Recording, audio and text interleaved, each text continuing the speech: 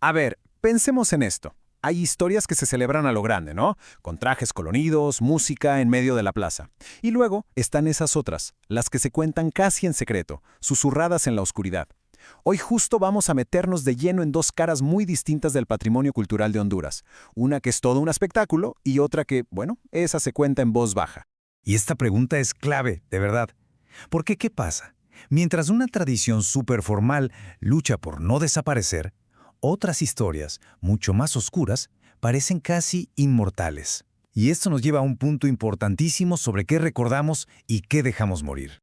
Más de 360 años. A ver, para que dimensionemos lo que está en juego. Esa es la edad de la obra de teatro más antigua de Honduras. Imaginen, una tradición que ha sobrevivido a incontables generaciones, pero que justo ahora enfrenta su reto más grande. Muy bien, vamos a entrarle de lleno. Estamos hablando de el baile de los diablitos, que también se le conoce como el martirio de San Sebastián. Es una cosa espectacular, vibrante, llena de historia, pero, la verdad, su futuro es bastante incierto. Uf, la historia de esta danza es profundísima. Arranca por allá del siglo XVI con la iglesia y para 1644 ya hay registros de que la obra se ponía en escena, casi 400 años después. Y hoy, un pequeño grupo de jóvenes son los que están peleando para que no se vuelva solo un recuerdo en un libro. Básicamente la obra cuenta la historia de San Sebastián, este mártir cristiano. Y los diablitos, ojo, no son demonios como tal, más bien representan a los soldados romanos o a las tentaciones que lo atormentaban.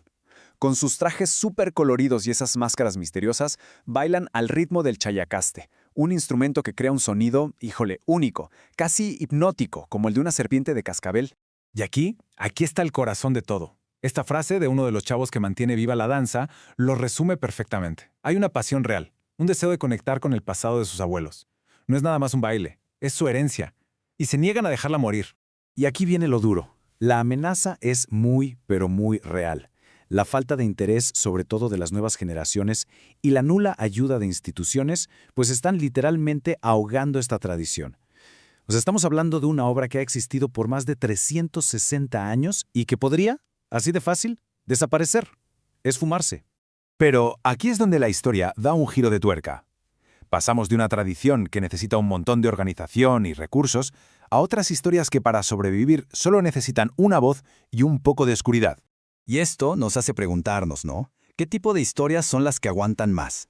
¿Las que se planean? ¿Las que se celebran a la vista de todos? ¿O estas que viven en el miedo, en la advertencia, pasándose de boca en boca?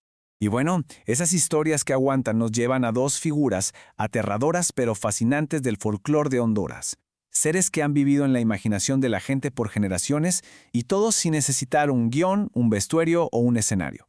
Empecemos con la ciguanaba. Ella es, digamos, la personificación del engaño. Se parece como una visión, una mujer hermosa, con el pelo largo cubriéndole la cara.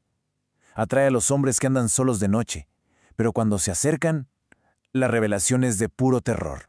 Su método es casi un ritual. Siempre escoge lugares como en el límite, ¿saben? Entre lo seguro del pueblo y lo salvaje. Y su objetivo no es cualquiera. Casi siempre son hombres que rompieron alguna regla social, infieles, borrachos. Y el castigo no es solo la muerte. A veces es la locura, una marca que te queda para siempre. Y si la ciguanaba es un castigo, la chancha es algo todavía más oscuro. Esta frase que se cuenta que le dijo a unos hombres revela toda su maldad.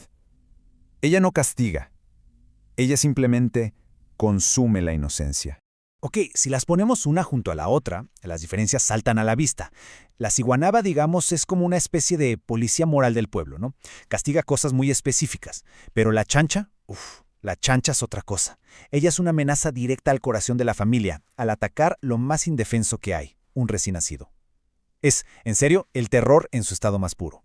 Entonces, la gran pregunta es, ¿por qué una obra de teatro de 360 años se está apagando, mientras estas historias de terror siguen tan vivas, tan fuertes? La respuesta está en ¿para qué sirven? Y este es el punto medular. No son simples cuentos para asustar niños, son herramientas que las comunidades han usado por siglos para enseñar, para advertir y para recordar. Son básicamente un pilar de la memoria que no necesita escribirse. Su función es enorme. Ponen límites sociales. No te vayas lejos, no tomes de más, sé fiel. Le dan cara y cuerpo a los miedos de la gente, como el miedo a perder un hijo. Son el ejemplo perfecto de sincretismo, Esa mezcla de creencias de antes de la colonia con la moral que llegó después. Y lo más importante, se transmiten de forma orgánica, de abuelos a nietos, sin pedirle permiso ni ayuda a nadie.